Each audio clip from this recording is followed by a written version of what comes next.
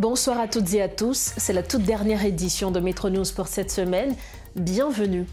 À la une, le politologue et économiste Joseph Harolpierre estime que la participation du Premier ministre Alix Didier Fils-Aimé à la 50e réunion de la Communauté des Caraïbes pourrait générer des retombées positives pour Haïti. Parallèlement, il estime que le soutien international manifesté à l'égard du pacte national signé par des partis en Haïti n'a rien de surprenant. Le Conseil électoral provisoire a rencontré ce vendredi 27 février des représentants de plus d'une centaine de partis politiques autour du processus devant conduire à l'organisation des prochains scrutins. Le ministre chargé des questions électorales, Gratien Jean, affirme que le gouvernement met tout en œuvre afin de respecter le calendrier établi et de permettre au pays de se doter de dirigeants élus dans les délais prévus. Également à la une de ce vendredi, le ministère de l'Éducation nationale et de la formation professionnelle a procédé à la cérémonie de lancement des travaux de l'Agence nationale de l'enseignement supérieur et de la recherche scientifique. Elle aura pour mission d'évaluer l'enseignement supérieur et la recherche scientifique, d'exercer un contrôle administratif.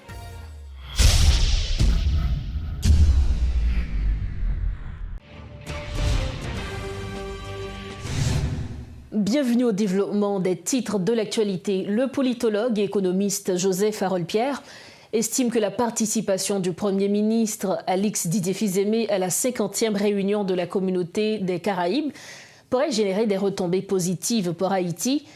Il souligne également des avancées notables liées au pacte signé par plusieurs structures politiques et organisations de la société civile à l'initiative du chef du gouvernement. Selon lui, le soutien international manifesté à l'égard de cette entente politique n'a rien de surprenant. Joseph Harolpierre est avec nous pour en parler. Professeur Joseph Harolpierre, bonsoir. Merci infiniment d'être avec nous à Metro News ce soir. Bonsoir Madame Barthelmy, merci de l'invitation.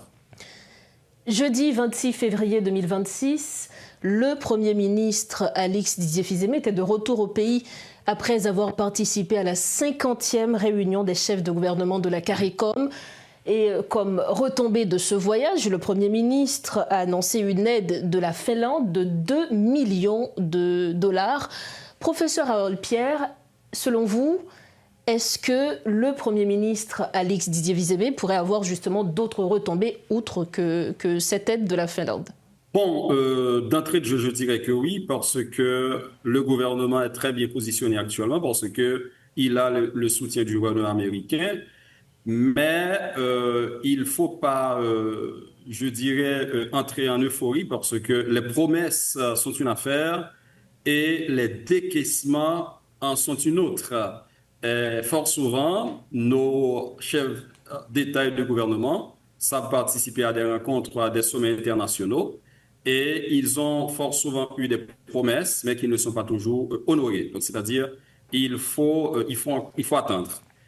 Mais ce qui est certain, c'est très possible que le gouvernement reçoive d'autres soutiens, tout au moins d'autres promesses, parce qu'avec le soutien du gouvernement américain, pas mal de gouvernements vont supporter Haïti justement pour attirer, je dirais, la bonne grâce du gouvernement américain. Autre point justement de ce voyage qui a été abordé, c'est le pacte national pour la stabilité et l'organisation des élections. Et d'ailleurs, le Premier ministre l'a dit dans son point de presse à l'aéroport international Toussaint Louverture que c'est un pacte qui est bien accueilli par l'international. Bon, bien évidemment, le pacte allait être bien accueilli par l'international. C'est un comportement diplomatique, c'est des salutations diplomatiques. L'international n'allait pas s'opposer au pacte, d'autant plus que, je le répète, le gouvernement bénéficie du soutien américain. Maintenant, qu'en est-il réellement du pacte? Je dirais tout d'abord, le pacte me paraît très réaliste par rapport aux autres accords qui ont été signés en Haïti depuis l'accord du 11 septembre 2021. Je pense que oui, c'est réaliste parce que ça s'accentue spécialement sur 3 points qui est la sécurité, les élections et un petit peu de programmes sociaux. Cependant, le pacte vise aussi ce qu'ils appellent renforcement institutionnel. Il vise aussi à réviser la Constitution, à réformer la Constitution. Je pense que c'est pas du tout, à mon avis, c'est pas réaliste parce que Il n'y aura pas assez de temps pour ça, d'un côté, et deuxièmement, ça ne saurait être les prérogatives d'un gouvernement de transition. Donc, en ce sens, c'est ce qui est positif dans le pacte.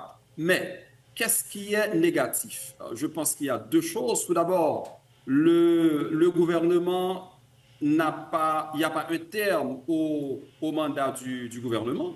Donc, on dit c'est à l'élection d'un nouveau président, d'un nouveau chef d'État. Mais quand est-ce qu'on aura ces élections? On ne le sait pas parce que c'est depuis Ariel Henry, depuis Jovenel, bien sûr, depuis 2019, on parle d'élections en Haïti, mais jusqu'à présent, ces élections n'ont pas encore eu lieu. Donc, selon leurs propos, les élections devraient se tenir cette année? Moi, je pense que non. Moi, je suis très sensible aux questions à l'administration électorale. Je suis un autre expert en administration électorale. Pour organiser des élections en Haïti, pour faire marcher la machine électorale, ça prendra considérablement de temps. Donc, je ne pense pas que ce soit possible pour le faire actuellement. Et tout d'abord, le premier problème qu'il faille résoudre en Haïti, c'est le problème de l'insécurité. Or, la mission est supposée rentrer en Haïti en avril et est supposée être déployée en octobre. Donc, quand est-ce, et tant que le problème de l'insécurité n'aura pas été résolu, on ne peut penser d'élections, on ne peut parler d'élections, on ne peut penser aux élections en Haïti. Professeur, certains aujourd'hui parlent du vote numérique, par exemple, pour justement essayer de pallier à ce problème qui est l'insécurité. Par exemple, pour les zones qui ne pourront pas, où les gens ne pourront pas aller voter. Donc, aujourd'hui, on parle de vote électronique. Qu'est-ce que vous en dites? Pour être très, très réaliste, ce n'est pas possible pour deux raisons. Tout d'abord, l'éducation financière en Haïti, les gens ne veulent même pas posséder une carte débit. Donc, vous pensez que les gens là, ils pourront voter électroniquement. Même si c'est plus facile, je ne pense pas que ce soit possible. On n'a jamais eu cette expérience en Haïti. Et si on tient compte du niveau éducatif de la population, ce n'est pas possible, ce n'est pas envisageable. Ça, c'est d'un côté. De notre côté, les acteurs politiques allaient utiliser ce vote, cette nouvelle expérience en Haïti, pour prétexter fraude. Donc, ce n'est pas du tout intelligent, d'autant plus que la politique en Haïti est fondée sur la méfiance. Donc, c'est à éviter totalement.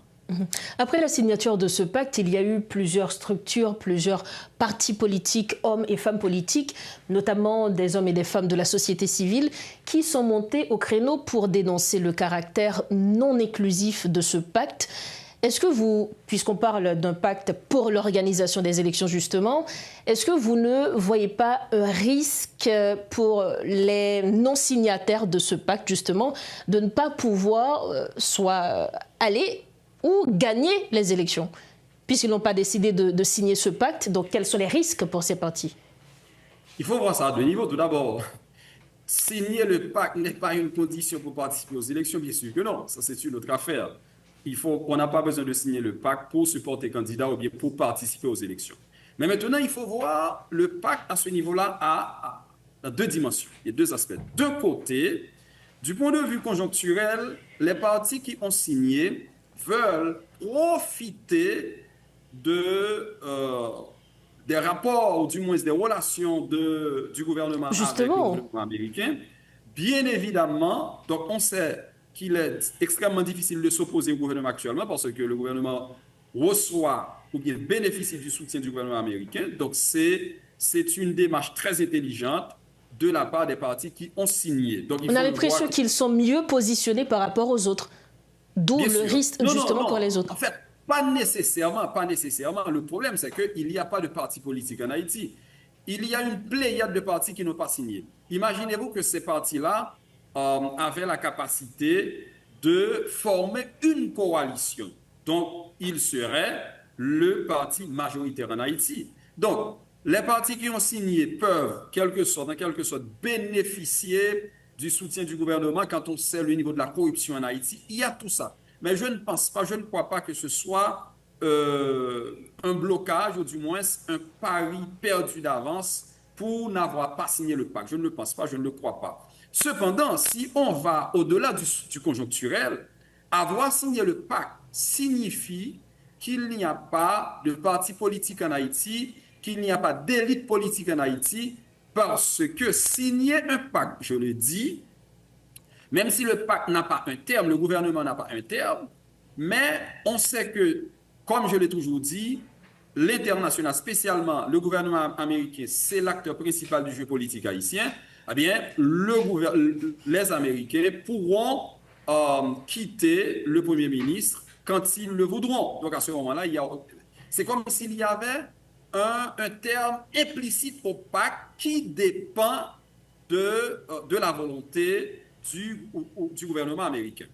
Cependant, avoir signé le pacte qui n'a pas de terme montre très clairement la légèreté des acteurs politiques haïtiens et ça dit très clairement qu'il n'y a pas d'élite, qu'il n'y a pas de parti politique en Haïti.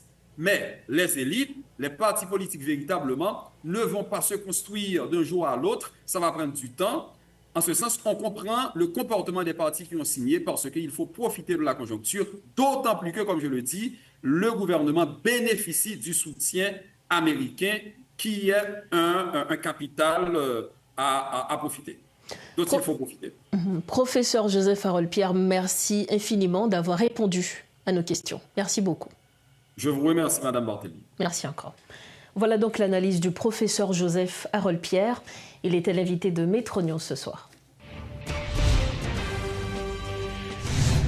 Merci de votre fidélité à Métro News. Le Conseil électoral provisoire a rencontré ce vendredi 27 février des représentants de plus d'une centaine de partis politiques autour du processus devant conduire à l'organisation des prochains scrutins. Cependant, cette deuxième série de discussions révèle des divergences importantes, notamment sur le calendrier électoral. Plusieurs participants estiment que les conditions sécuritaires et institutionnelles ne sont pas encore réunies pour envisager la tenue d'élections. Présent à ces échanges, le ministre chargé des questions électorales, Joseph-André Gratien-Jean, a voulu rassurer. Il affirme que le gouvernement met tout en œuvre afin de respecter le calendrier établi et de permettre au pays de se doter de dirigeants élus dans les délais prévus. Un compte-rendu signé Riti Fortuné et Robert Sonjeune. Ce n'étaient pas les figures les plus connues de la scène politique. Pourtant, cette deuxième journée d'échange a réuni une centaine de partis et d'organisations politiques.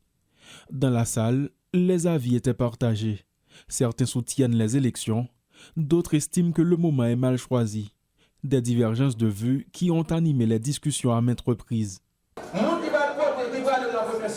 Qui côté électeur là pour les faire la avec pour le dire voter mais qui côté la viande quand vous faites un petit et puis va représenter quand vous faites bio à regarder votre côté pour n'a pas voter n'importe côté mais électeur là pour la parler là pour dire voter qui côté lié pour y là qui côté va jeune. Pour la deuxième journée consécutive, les échanges ont porté sur le calendrier électoral et les préparatifs des prochains scrutins. Le Conseil électoral dit accorder une grande importance à cette étape. Hier, nous avons rencontré la société civile là. Je dis, nous avons rencontré l'ensemble des partis politiques et demain, nous avons rencontré l'autre groupe de partis politiques. L'objectif principal là, c'est informer tous ceux qui font partie prenante de l'activité électorale là-même, informer de comment on a avancé et qui s'est de nouveau dans le décret électoral là lui-même et le calendrier électoral là, qui est lié, comment on le structurer et comment on a avancé dans le calendrier ça. Comme lors de la première journée avec la société civile, le Conseil électoral a présenté aux partis et organisations politiques les innovations prévues dans le processus. Le calendrier prévoyant pour bientôt le déclenchement du processus électoral est toujours maintenu. Les premiers scrutins sont toujours prévus pour le mois d'août, selon le directeur exécutif Philippe Augustin. Bon, nous publions un calendrier et nous-mêmes, dans la procédure par nous, dans tout ce qu'on a fait, on a essayé de respecter le calendrier le plus possible. Et quand on dit, là, nous avons publié le calendrier, nous avons tout dit que nous avons deux préalables, un préalable sécuritaire et un préalable de financement. Il faut qu'il y ait un minimum de sécurité et il faut qu'il y ait moyen pour avancer. Présent lui aussi à la salle des discussions, le ministre délégué auprès du Premier ministre, chargé des questions électorales, a tenté de rassurer sur le respect du calendrier. Joseph-André Gratien-Jean. Bon, pas oublier que le conseil électoral, là, c'est son institution, il y a des outils de planification. Un calendrier, c'est un outil de planification qui peut permettre d'avancer et son calendrier indicatif. On pas qu'être aléa, on pas qu'être l'autre facteur capable de gagner des bagages qui imprévus, mais jusqu'à présent, le conseil électoral, là, il est dans la ligne calendrier, là. Activité qu'a fait journée, jeudi, là, qu'a fait demain et d'autres activités de rentrer dans la ligne calendrier et conseil électoral là. Le CEP en a profité pour annoncer l'ouverture, dès lundi 2 mars 2026, de l'enregistrement des partis au registre électoral. Toutefois, des interrogations persistent au sein de la population. D'aucuns se demandent si le nouvel accord de transition et un possible remaniement ministériel ne pourraient pas modifier les décisions déjà prises. Comme annoncé en titre, le ministère de l'Éducation nationale et de la formation professionnelle a procédé ce vendredi à la cérémonie de lancement des travaux de l'Agence nationale de l'enseignement supérieur et de la recherche scientifique. Selon le décret portant organisation et fonctionnement de l'institution, la NERS aura pour mission d'évaluer l'enseignement supérieur et la recherche scientifique, d'exercer un contrôle administratif et de veiller à la cohérence ainsi qu'à l'exécution des plans de développement du secteur. Un reportage de Rodolphe Fierluis et de Guitry Choisy. Le ministère de l'Éducation nationale a procédé au lancement des travaux de l'Agence nationale de l'enseignement supérieur et de la recherche scientifique. Le recteur Jocelyn Val s'exprime au nom des recteurs sur cette structure. Il est temps, mesdames et messieurs, les membres de la NES, d'encourager la recherche et de faire de l'université un instrument capable de façonner un avenir durable. La NES devra s'évertuer à entreprendre une réforme profonde dans le but de moderniser le secteur. Cette activité qui s'est déroulée en présence de nombreux cadres de l'institution vise à évaluer l'enseignement supérieur et la recherche scientifique, exercer le contrôle administratif sur les institutions et les centres nationaux de recherche, s'assurer de la cohérence et de l'exécution des plans de développement de l'enseignement supérieur, selon le ministre Antoine Augustin. La cérémonie qui nous réunit n'est pas une fin, elle est un commencement. Elle marque le passage de l'intention à l'action, de la vision à l'opérationnalisation, de l'expérience à la responsabilité. Dans l'adversité, les nations se définissent par les choix éclairés et stratégiques qu'elles font. Aujourd'hui, nous faisons le choix de la connaissance. L'Agence nationale de l'enseignement supérieur et de la recherche scientifique est aussi un projet soutenu par l'UNESCO, souligne son représentant Éric Volibi. La NERS a désormais la responsabilité de traduire ces tendances mondiales en solutions locales afin que les universités haïtiennes deviennent de véritables laboratoires de solutions pour la crise nationale. Je formule donc le vœu que les orientations issues de votre retraite, de ces travaux, deviennent le socle d'un renouveau académique. L'UNESCO sera à vos côtés, comme je l'ai dit, pas à pas, pour faire de l'enseignement supérieur le moteur de la résilience haïtienne. Le MENFP entend renforcer l'enseignement supérieur et les recherches scientifiques dans le pays. Autre dossier à Métro News, le mois de l'histoire des Noirs, célébré chaque année en février, met en lumière l'héritage, la résilience et les contributions majeures des personnes noires et de la diaspora africaine à travers le monde. Au Canada, l'édition 2026 marque les 30 ans de cette reconnaissance officielle sous le thème « Le mois de l'histoire des Noirs à 30 ans, honorons l'excellence des personnes noires au fil des générations, des bâtisseurs du pays aux visionnaires ». À cette occasion, Benita Jacques, réalisatrice du documentaire « L'Afrique, berceau de l'humanité et des civilisations modernes », primée à l'international, est en visioconférence avec nous depuis le Canada. Madame Benita Jacques, bonsoir. Merci d'être avec nous à Métro News. Bonsoir Madame Barthélemy, je suis très heureuse d'être là. Merci pour cette invitation. Merci de me recevoir chez vous. Alors, vous êtes actrice, scénariste, productrice primée. Et d'ailleurs, vous êtes connue pour votre film Afrique, berceau de l'humanité et des civilisations modernes. D'entrée de jeu, Madame Jacques, pourquoi était-il fondamental pour vous justement de raconter cette histoire aujourd'hui ? En effet, Benita Jacques, artiste polyvalente et engagée, Je me présente dans ces termes parce que c'est plus court. Je porte plusieurs chapeaux. Oui, je suis connue pour, entre autres, en fait, c'est le film qui fait vague en ce moment. Donc, depuis 2 ans déjà, l'Afrique berceau de l'humanité et des civilisations modernes. Mais avant, on me connaît dans les téléséries de Gaston Coquelin. Justement. Le rôle de Jésus là. Mais là, c'est la productrice qu'on reçoit à Metro News et on est très contents. Oh oui, c'est moi qui suis très heureuse et très honorée d'être avec vous, de pouvoir rentrer chez vous, là, avec les gens, de pouvoir partager ce moment. Je suis très reconnaissante. Ça signifie beaucoup pour moi, en fait. Alors, justement, retournons au film L'Afrique, berceau de l'humanité et des civilisations modernes. Dites-nous pourquoi, justement, il était important de raconter cette histoire. Vous êtes actrice, certes, mais là, en tant que productrice, choisir de parler de l'Afrique, pourquoi ce choix? En fait, c'était une nécessité. En tant que fille née en Haïti et en grandi à Montréal, donc c'est lorsqu'on n'est pas sur sa terre natale, on voit à quel point qu'on l'aime et qu'elle nous manque. Puis en ayant quitté la terre natale très tôt, que j'ai pris connaissance en fait peut-être de la couleur de ma peau et mes enfants à leur tour. Et on a vécu beaucoup de difficultés familiale, justement en fonction de la couleur de notre peau. Et il était vraiment indispensable à ce que je retrousse mes manches, comme on dit, et que je raconte cette histoire.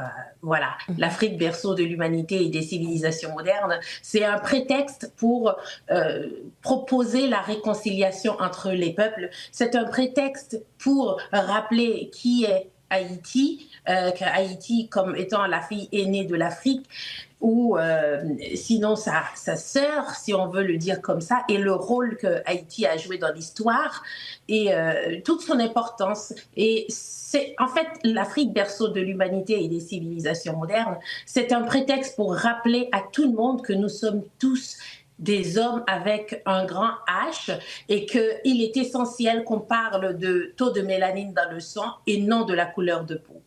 Alors, nous comprenons bien, ou du moins plus bien, lorsque vous aviez dit dans votre film, justement, que nous sommes tous fondamentalement africains. Donc, est-ce une vérité anthropologique ou justement ce rappel que vous avez voulu faire ? En fait, on qualifie mon film de film de, comment on appelle, historique. Le film a fait 48 festivals.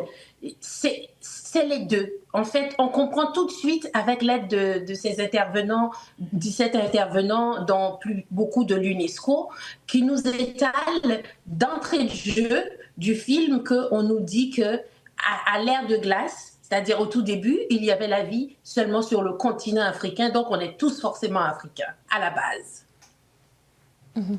Et vous évoquez également un continent qui a profondément façonné l'humanité. Quelle contribution précise avez-vous mise en lumière dans votre film, Madame Jacques ? Contribution de l'Afrique, en fait, la base qui est le tout, en fait. On comprend aussi que premièrement, partout où on est chez nous et qu'on est tous africains. 4 contributions, c'est de dire que l'Afrique n'appartient pas seulement aux Africains noirs. Et puisque nous sommes tous africains et nous sommes tous noirs à la base, donc pas à la base, en fait, on est tous noirs scientifiquement. Donc si on le prend, on fait l'expérimentation, la couleur de peau paraît la même, mais c'est seulement la nuance de taux de mélanine dans le sang. Donc je pense que cette contribution est fondamentale, elle est bienveillante et elle est aussi essentielle parce que c'est très important de ce retour aux sources. On va aux sources communes pour se projeter, pour mieux se projeter dans l'avenir. C'est essentiel, cette contribution. Cette contribution, Les gens le disent, c'est la base, elle est essentielle et qu'il fallait le faire. Donc, je suis très contente avec l'aide non seulement de 17 intervenants de l'UNESCO et de tous les participants. On a un total de 208 personnes à avoir travaillé sur ce film pour amener notre petite contribution à la société, à laisser cet héritage pour la société. À toute l'équipe au nom de Metro News. Nous allons refermer cette entrevue. Mais avant, Afrique, berceau de l'humanité et des civilisations modernes. Comment les téléspectateurs de Metro News, justement, peuvent regarder ce film? Est-ce que ce film est déjà disponible dans des salles de cinéma, notamment à Montréal? Dites-nous en plus. En fait, le film a déjà été à l'affiche pendant 19 jours à Montréal et à Québec. Et pour le mois de l'Histoire des Noirs, pour le mois de février, avec la contribution de beaucoup d'organisations et des élus, de personnalités politiques ou de grandes personnalités et les ambassadeurs, nous avons pu avoir 11 projections de films gratuites. Je vous assure, c'était incroyable. Les salles étaient combles. Et en ce moment, on est encore en train de s'organiser pour avoir un autre marathon de tournées, de projections. Et on espère que les gens vont faire en sorte à ce que ça soit gratuit. Parce qu'il faut que le film soit vu par le plus de personnes possible. Et ce que les gens nous disent, ce film doit être accessible à tous. Justement, qu'en est-il des Haïtiens qui vivent en Haïti? Est-ce que vous allez en tenir compte lors de votre prochaine tournée? Absolument. En fait, mon rêve, c'était d'avoir la grande première en Haïti, mais malheureusement, c'est pas encore fait. C'est que partie remise et que je dis que le film va arriver à Haïti encore plus décoré parce que là, on est rendu à 18 prix à travers le monde. Donc, on est en train justement de travailler. Et si parmi vous qui me regardez à notre émission, à cette magnifique émission, que vous voulez contribuer d'une façon quelconque, je vous invite à me connecter, vous connecter avec moi via les réseaux sociaux, m'écrire et à l'intérieur de 24 heures, je vais vous répondre et voir comment est-ce qu'on peut mettre tous les mains à la pâte à ce que ce film arrive en Haïti le plus rapidement possible. Madame Benita Jacques, merci infiniment d'avoir été avec nous. Madame Barthélémy, c'est moi qui vous remercie et à toute l'équipe, merci beaucoup et merci, c'est un honneur pour moi d'être vôtre aujourd'hui, de partager ce moment avec vous et à très bientôt. Merci encore, à bientôt. Voilà donc pour cette entrevue avec Madame Benita Jacques. Elle est actrice, scénariste, productrice primée. Elle est également connue pour son film Afrique, berceau de l'humanité et des civilisations modernes. Le syndicat des employés de l'autorité portuaire nationale a célébré ce vendredi 27 février son 31e anniversaire. À cette occasion, son président Ulrich Pierre a plaidé pour une harmonisation des relations entre l'administration et le syndicat. Il a également appelé au respect des droits des employés qui évoluent dans un contexte marqué par l'insécurité croissante au centre-ville. Présent à la cérémonie, le directeur général de l'APN, l'ingénieur Jean Evans Charles, a reconnu que les opérations portuaires, piliers de l'économie haïtienne, se poursuivent dans des conditions fragiles. Il a salué la détermination des employés et admis la légitimité de certaines revendications. Suivez ce reportage de Gerbijan et de Robert Sonjon. Le syndicat n'est pas un mécanisme de nuisance, mais un outil de contrôle interne de l'organisation. Voilà entre autres le ton sur lequel les syndicalistes de l'autorité portuaire nationale ont célébré le 31e anniversaire du syndicat cette année. L'occasion pour son président, Ulrich Pierre, de rehausser le travail des employés qui sont toujours actifs, dit-il, en dépit des conditions de sécurité déplorables dans la région métropolitaine de Port-au-Prince. DG, nous souhaitons garder l'employé. L'employé vivent dans des conditions qui sont vraiment lamentables, qui sont vraiment dures. Nous souhaitons garder, font coup d'œil pour son employé. Parce que l'employé au travail, il y a un retour d'ascenseur là. Retour d'ascenseur là, qu'on connaît qui s'allie. Et comme nous, chaque là, nous connaissons retour d'ascenseur là à pied. Parce que nous avons nécessité. Wilfried Saint-Ilus, ex-président du syndicat, appelle de son côté à l'instauration d'une prime d'efficacité pour les salariés. Malgré les taux des gangs qui s'est resserré sur le principal port de la capitale ces dernières années, les employés de l'APN n'ont jamais failli à leur devoir, explique-t-il. Nous vivons dans une situation vraiment difficile par rapport avec les conditions que nous allons travailler. Nous avons pile d'employés qui vilipendent, qui kidnappent, qui torturent, qui vilipendent. Et je dis, nous sommes capables de dire APN existait. Ça que tu as dit ça, on prend toute structure étatique l'État, tout prend la poudre de scampette. Mais nous-mêmes, nous existons. Si nous existons, ça a un prix. Parce que nous n'avons pas gagné ça que tu as dit la primature. Ministère de la Défense, ministère des Affaires étrangères, ils ont allé nous-mêmes nous étions. C'est clair que ça lié. C'est parce que nous sommes des braves. Le syndicaliste est également revenu sur la tentative de privatisation de l'APN échouée il y a quelques années sous la présidence de René Garcia Préval. Une preuve des jours sombres auxquels l'administration portuaire a échappé. L'ingénieur Jean-Evans Charles, directeur général de l'APN, s'est montré tout aussi conscient des défis que traverse l'institution. Sans le courage des employés, les opérations portuaires auraient tourné au ralenti. Sur ce, il prône un modèle de performance axé sur le développement des capacités des ressources humaines. Dans ce contexte aussi complexe que le nôtre, le dialogue social est une condition essentielle de stabilité. Je veux être clair. Tant que l'APN grandit,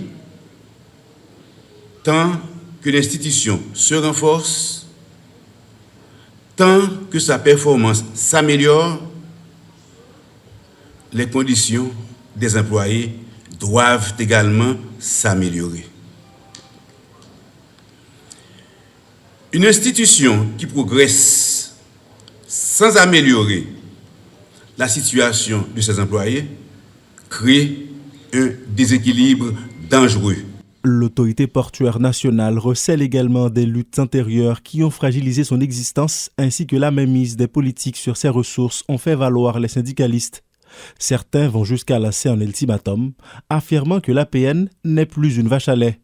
Il enjoint les politiques à se tenir très loin de l'institution. Pour refermer la page nationale de Metro News, la compagnie d'assurance AIC a offert un lot d'instruments de musique au collège Katz-Pressoir ce vendredi. Lors d'une interview accordée à Métropole, le président de la AIC, Olivier Barrault, a souligné l'importance d'investir dans la jeunesse et dans la culture, convaincu que la musique constitue un levier d'épanouissement et de discipline pour les élèves. Quant au directeur général du collège Katz-Pressoir, Guy Etienne, il s'est réjoui de ce don tout en mettant l'accent sur l'importance de la musique pour l'établissement scolaire. Un reportage de Sheila Louis-Joseph et de Guitry Choisy. Au collège Katz-Pressoir, la musique n'est pas une simple matière inscrite dans le programme scolaire. Elle est une véritable passion, cultivée et encouragée depuis plusieurs années. L'école a en effet mis en place un département musical équipé où les élèves apprennent à jouer à des instruments, à lire les partitions, mais aussi monter sur scène pour offrir des concerts. Des initiatives qu'encourage vivement la compagnie d'assurance AIC qui a fait don d'une diversité d'instruments musicaux au collège. Pour nous supporter l'école Katz-Pressoir dans le collège musique LIA. Comme vous voyez, le thème c'est planter là où c'est fertile. Et je dis à nous très contents dans la société nous et AIC, BUH, Haïti Leasing qui nous retrouvons nous dans le collège Katz-Pressoir parce que le collège Katz-Pressoir représente l'excellence. Donc être là aujourd'hui que nous accompagner dans le peu que nous sommes capables de faire pour nous renforcer l'école de musique collège Katz-Pressoir, c'est avec un grand plaisir que nous faisons aujourd'hui. Des instruments à vent, à cordes et des percussions. Le département de musique du collège Katz-Pressoir sera beaucoup mieux équipé, se réjouit pour sa part le directeur général de l'institution. Guy Etienne salue ce geste de la compagnie AIC et y voit un encouragement fort au développement des talents des écoliers. Une chose est certaine est que ces instruments sont arrivés comme Mars en carême. En principe, actuellement, à l'école, nous avons aux alentours de 160 élèves qui font de la musique. Parce que la musique est obligatoire de la première année à la 4e année. Et puis à partir de 5e année, il y a le choix pour faire un choix d'instruments. Et à partir de la 5e année, ils intègrent la pré-fanfare. Puis ils vont intégrer la fanfare. Et de la fanfare, on extrait des élèves pour créer le pré-jazz. Et après le pré-jazz, ils rentrent dans le jazz. Grâce à ce soutien, le département musical du collège Katz-Pressoir entend poursuivre sa mission, former, inspirer et révéler les artistes de demain. Entre-temps, les élèves se préparent à donner un grand concert le 15 mars prochain.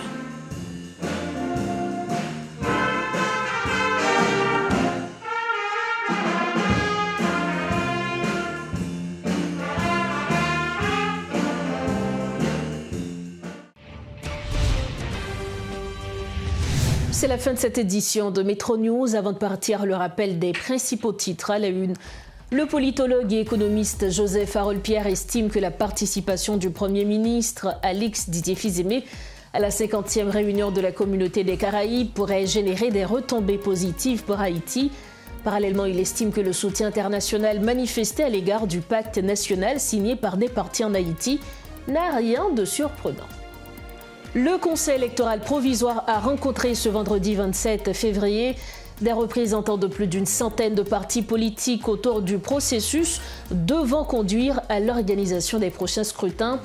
Le ministre chargé des questions électorales, Gratien Jean, affirme que le gouvernement met tout en œuvre afin de respecter le calendrier établi et de permettre au pays de se doter de dirigeants élus dans les délais prévus. Et puis le ministère de l'Éducation nationale et de la formation professionnelle a procédé ce vendredi à la cérémonie de lancement des travaux de l'Agence nationale de l'enseignement supérieur et de la recherche scientifique. Elle aura pour mission d'évaluer l'enseignement supérieur et la recherche scientifique, d'exercer un contrôle administratif. Voilà ce qui referme cette édition de Métro News. Merci de votre fidélité. Merci surtout pour la confiance que vous nous accordez. C'est le week-end. Profitez bien de la vie et surtout rejoignez-nous sains et saufs lundi prochain, toujours sur Métropole. Bonsoir et excellent week-end.